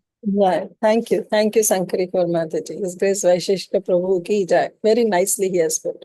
So see, now as Mataji has already summarized, that everything is needed from the Vedas. But then Vyasadev's duty, when he wrote Puranas, he would have simply written Bhagavad Puran. There was no need of writing anything else because that is misguiding the misguided people. That is what is the condition. Thank you, Sankari Kaur Mataji. So purport, we'll read the purport and then probably we'll see if we can move ahead. Srila Vyasadev's compilation of different Vedic literatures on the basis of regulative performance of fruitive activities is depicted in the Mahabharata and other literatures. The human beings, by long material association, life after life, have a natural inclination by practice to endeavor to lord it over material energy. That is their inclination. Why? Because material energy is inferior and our Jiva Shakti is superior energy, and they will always exploit. They have no sense of responsibility of human life. This human form of life is a chance to get out of the clutches of this illusory matter. The Vedas are meant for going back home, back to Godhead, to revolve in the cycle of transmigration in the series of life. 8,400,000 species is like an imprisoned life for the conditioned living entities. But then how you can get out of this imprisonment is only after getting the human form of life. Because it's only such human form of life that you can establish the lost relationship with the Lord. Under the circumstances, one should never be encouraged in making a plan for sense enjoyment in the name of religious functions. Such diversion of the human energy results in a misguided civilization. And Srila Vyasadeva is an authority of this. And he has brought this encouragement in the sense enjoyment in the form of writing different Puranas, which is a great barrier for spiritual advancement, because people in general will not ready to renounce the material activities which hold them in this material bondage. Why? Because they will say it's coming from the authority. Why should I give up? At the certain stage of human civilization, when such material activities in the name of religion, animal sacrifice, see, Prabhupada is giving the same example, were too much rampant, the Lord incarnated himself as Buddha to tell the people that reject the Vedas. Because in the Vedas, it is written that it's okay to eat meat. But of course, certain criteria is there. And of course, consequences are there. But people don't listen to it. And in the name of that, they have opened slaughterhouses. So Buddha, Lord Buddha has to come for a specific purpose. Though he has introduced that Nirvisheshavad, he has introduced voidism, but at least after rejecting the Vedas, he has controlled the different slaughterhouses. Now, this was foreseen by Narada, and therefore he condemned such literatures. The flesh eaters will continue to perform animal sacrifice before some demigod or goddess in the name of religion. They will do. They are so condemned and discourage flesh eating. Gradually, the purpose of such religious activities is forgotten, and the slaughterhouse becomes prominent. This is because foolish materialistic men do not care to listen to others who are actually in the position to explain the Vedic rites. Okay. In the Vedas, it is distinctly said that the perfection of life is never to be attained either by voluminous work, or by accumulation wealth, or by increasing the population. By these things, you cannot achieve the perfection of life. But it is so attained only by renunciation, by renouncing. Renouncing what? Our sense enjoyment. The materialistic men do not care to listen to such injunctions. According to them, so-called renounced order of life is only for those people who cannot earn their livelihood, or those who have some corporal defects, means some physical defects, or for persons who have failed to achieve prosperity. They say that they are the one who renounce everything. Oh, we have everything. We don't have any physical problems. We are able to earn our livelihood. We are the one who can achieve prosperity. Then why not enjoy? So their thought process is life is an ice cream, enjoy it before it melts. Whereas the sadhus, they have different conception of life. They think life is like a candle, burn and give light to others. So in histories like the Mahabharata, of course, there are topics of transcendental subjects, as Padmini Mataji was also saying. Yes, there are different subject matters in the histories, in the itihasas. So Narad Muni is not condemning the itihasas. He is saying actually the Bhagavad Gita is there in the Mahabharata. But the whole idea of the Mahabharata is to understand Bhagavad Gita. But what people have learned after reading Mahabharata, they are attracted to politics, economics, philanthropic activities, which are mentioned in the Mahabharata. Then to the principal topic, which is Bhagavad Gita. They are not able to understand this. A patient suffering from a particular type of disease or malady is almost always inclined to accept eatables which are forbidden to him. Like my throat is not working. Doctor said, don't eat sour, but I will be the one who will be drinking the cold water, who will be eating ice cream, who will be taking all those nonsense stuffs because I'm inclined to it. In spite of my disease, I'm not ready to listen to the doctor.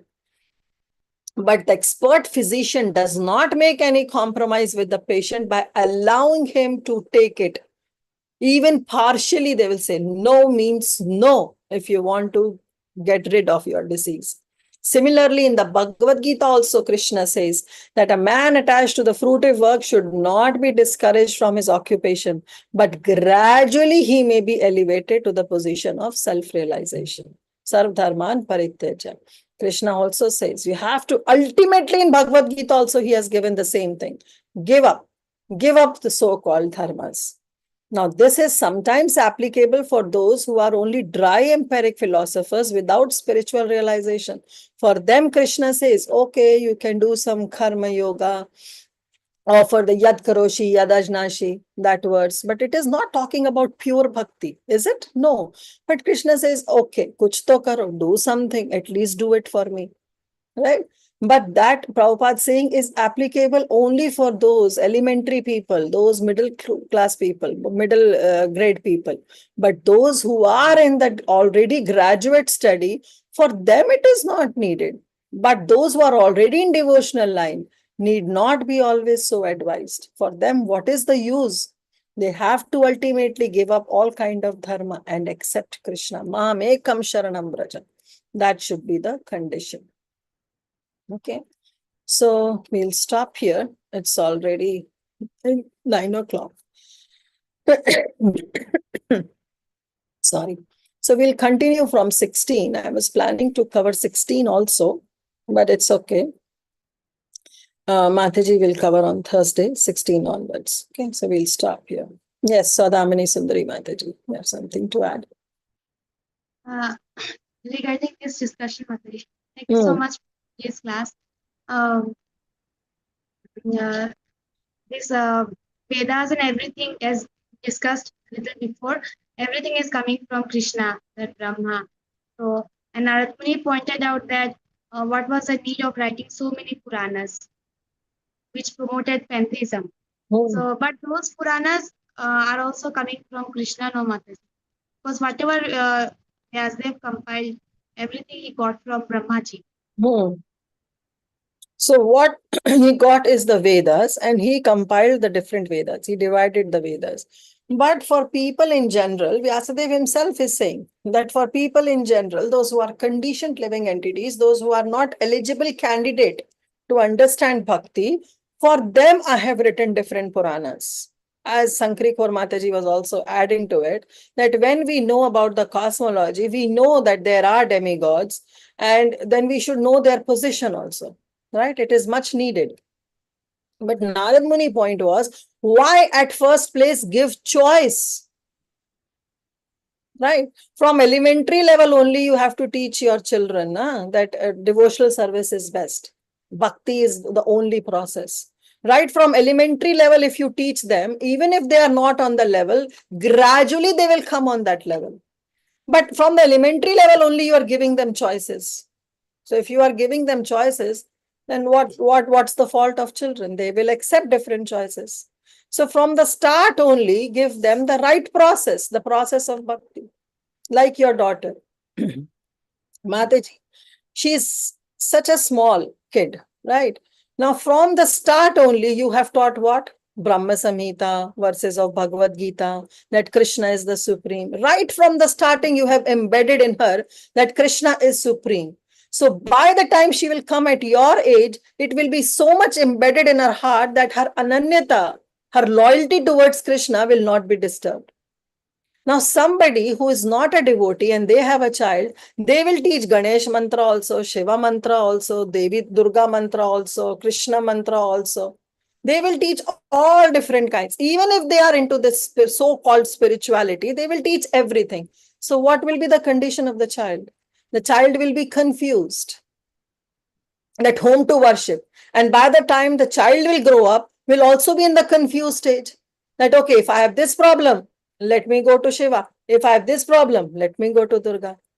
So that's what Vyasadeva is saying, that yes, Vyasadeva was saying that I have to cater the needs of everybody, those who are not on the process of bhakti, those who are not eligible to accept bhakti. But Narad Muni point was, okay, that at that time they may not be eligible to offer or to follow the process of bhakti yoga, but why at first place give them choices? Don't give them choices. No? You would have written only Bhagavad Puran. Even if they would have not understood, gradually they will understand. Like your daughter, she may not understand the meaning of Bhagavad Gita, every verse in such a deep way. She memorized it. Yes, you helped her to memorize. She may not understand, but gradually as she'll grow up, she'll understand. So she doesn't have choice. She have only one thing to do. That is what Narad Muni is saying. Because he wrote Puranas for what? Loka Kalyan. So he said, instead of doing Loka Kalyan, you have disturbed them. Giving them choices. Giving them choices. So Puranas are, Mataji, like Prabhupada adds Bhavart to his commentaries. So Puranas are like Bhavart, what he received from Brahmaji. Is it like that? Yes, you can say that he has written his own realization added to those Vedas, and he has written different Puranas and Itihasas. And then ultimately what Bhagavatam Vyasadeva compiled, that one is also his Bhavart. Srimad Bhagavatam. That Bhagavatam, that is what now Narad Muni will be telling, that you have to write Bhagavatam now. So that, because he says now you include your realized knowledge. That's what he's saying. Samadhi anusmara. In your Samadhi dasha, now contemplate and introspect on the pastimes of the Supreme Lord and then give it to others. So that means Bhagavatam is also his realized knowledge. Yes. Yes. Yes. Yes. Thank you, sir. Yes, Shama Gopal Prabhu. Hare Krishna Mataji, thank you for such a beautiful and enlightening class. So my question is regarding some of the vratas which are there for Vaishnavas, right? So we also do Ekadashi and many of the incarnation of Lords, their Jayanti, we also do fasting up to certain time. And this Ekadashi, there is a Falashruti, and whatever is written there is correct. I mean, it is true. Like if it is written in the Veda, it is true. Like that's what is going to happen, right? It is more of to do with Provided if it is done with the same process that is mentioned. right. So it is going to, like, maybe if it is going to Papanasham, that means Papanashanam, that means it will remove the sins. But then if you have Papa Buddhi, you will again commit the sin, right? That's what. But my question is here, like, so some of these things which are given for, say, upvasas and all those things, or some of the austerities, those are to make people do those things on that particular day, because that is going to help us their body, so that they can be inclined to more doing spiritual work, isn't it? Isn't that the main purpose of that, or No. what is the meaning of upavas? Is not to refrain yourself from eating. Okay, some do Ekadashi fast because they want to tone their body. That okay, after 15 days, I want to give rest to my digestion system. Some do upavas because they have some hidden agenda to it. But the meaning of upavas means to sit near and hear. Hear what? The glories of Krishna. That is the meaning of upavas. Upavas means doing some spiritual activities. Refraining from prasad, from the grains or whatever the food item that is there, so that you spend less time in kitchen and more time in your japa, in your chanting, or in doing spiritual activities. That is the real meaning of upavas. If we have different hidden agendas to it, like you says in the Mahatmyas also, Ekadashi Mahatmyas, there are written that okay, there is some Falashruti. But the devotee is not worried of Falashruti. They want to do everything with the desire to please Krishna. And that is what is Uttama Bhakti. Anya Vilashita Shunyam Jnana Karma Navritam Anushilanam Krishna.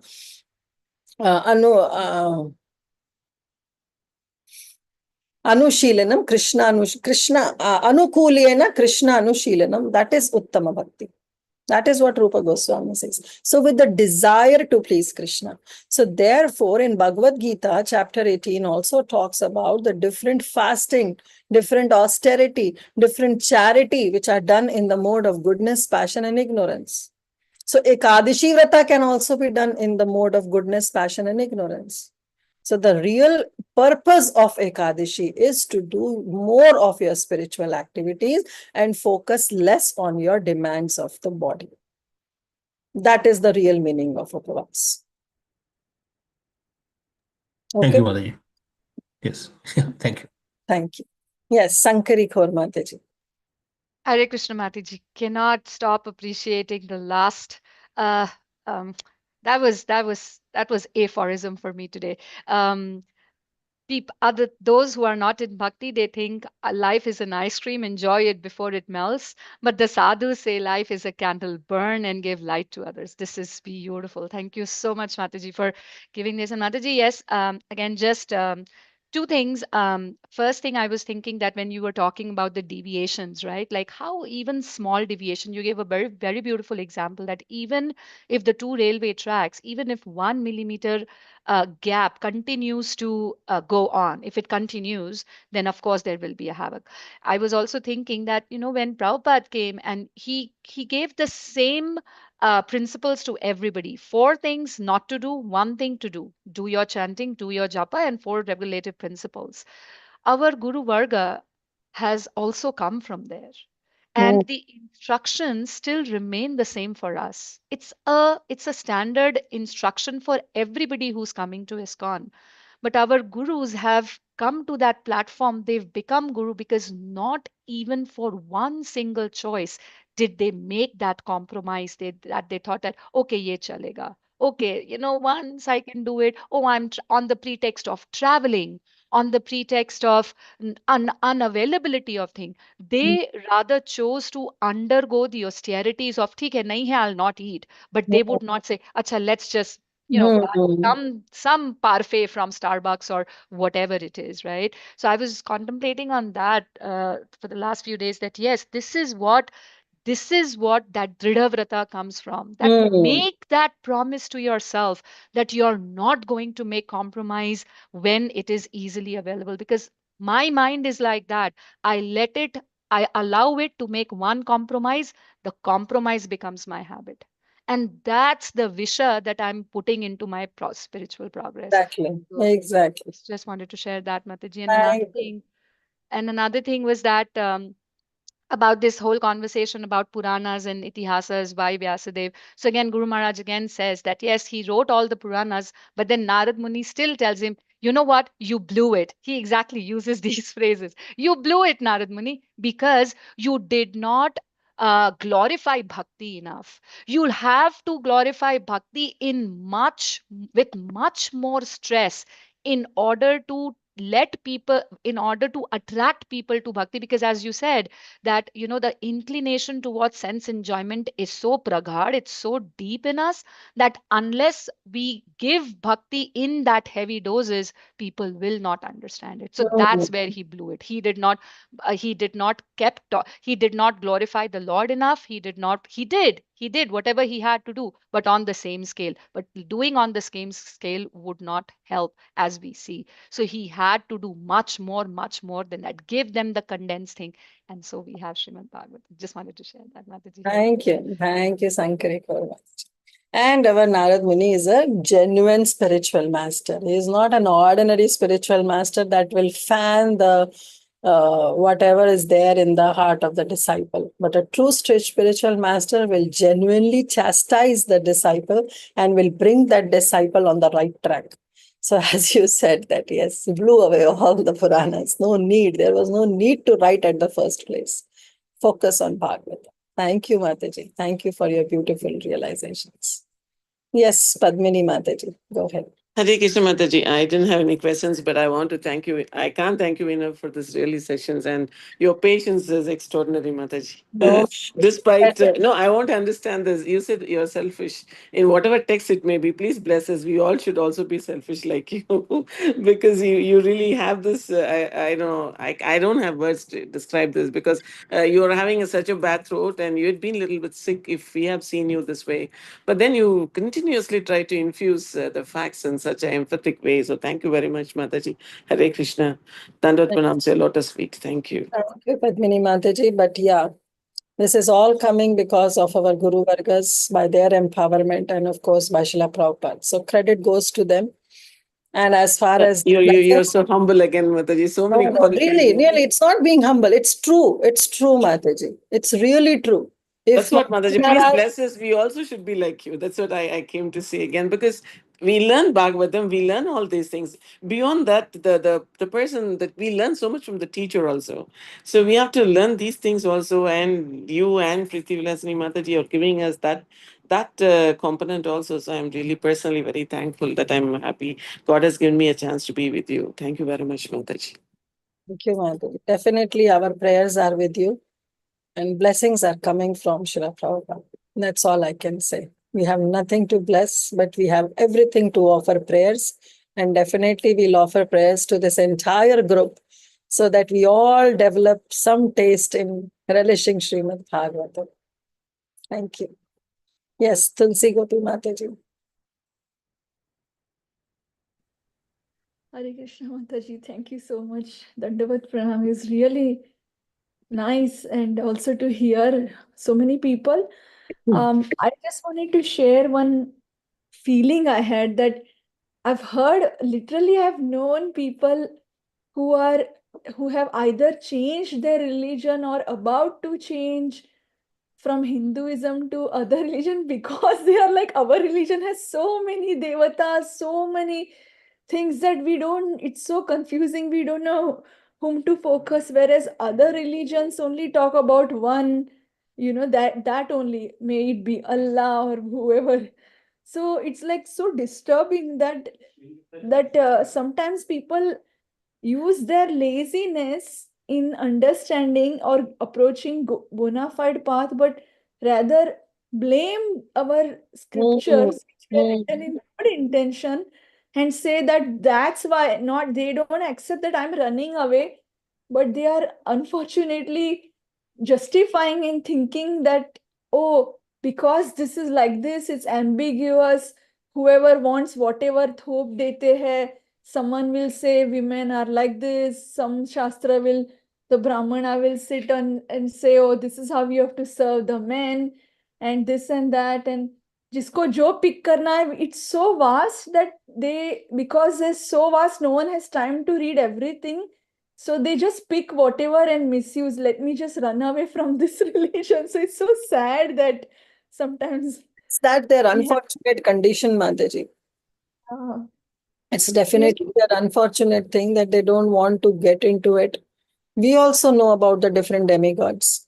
We also don't respect Indra, Shiva, Durga, definitely Ganesha. We have full respects for them, but we understand their position.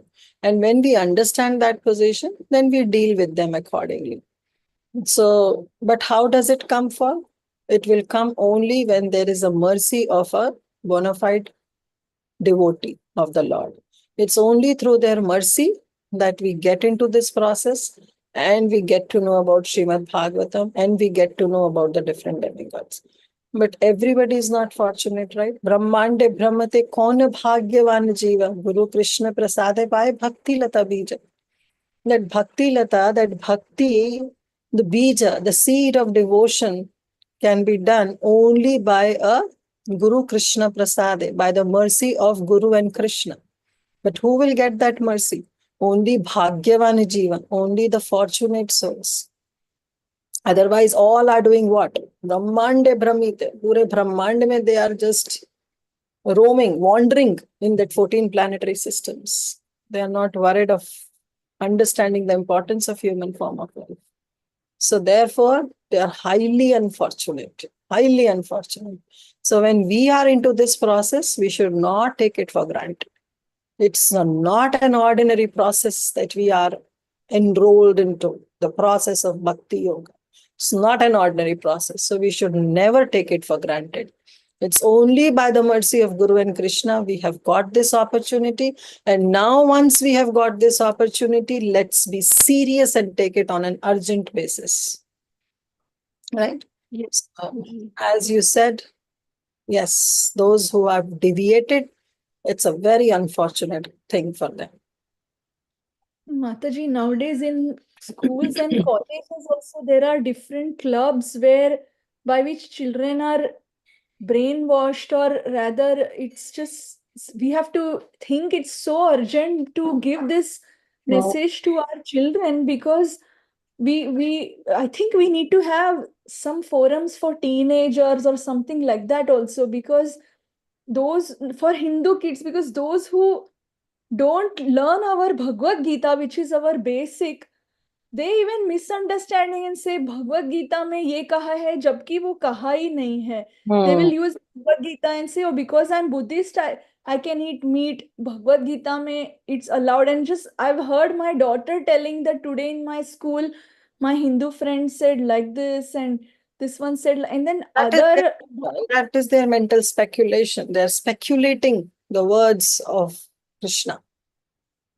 Yeah, and the other religions, they have Sunday schools and something so like, so they are majority, they come with some confidence, and very few of us are learning. So our kids feel like I'm the minority. I can't, and they feel suppressed or they feel shy, and I feel like we need to do more. No, Mataji, your daughter's glorious. So don't get them deviated and don't think that they are in the minority.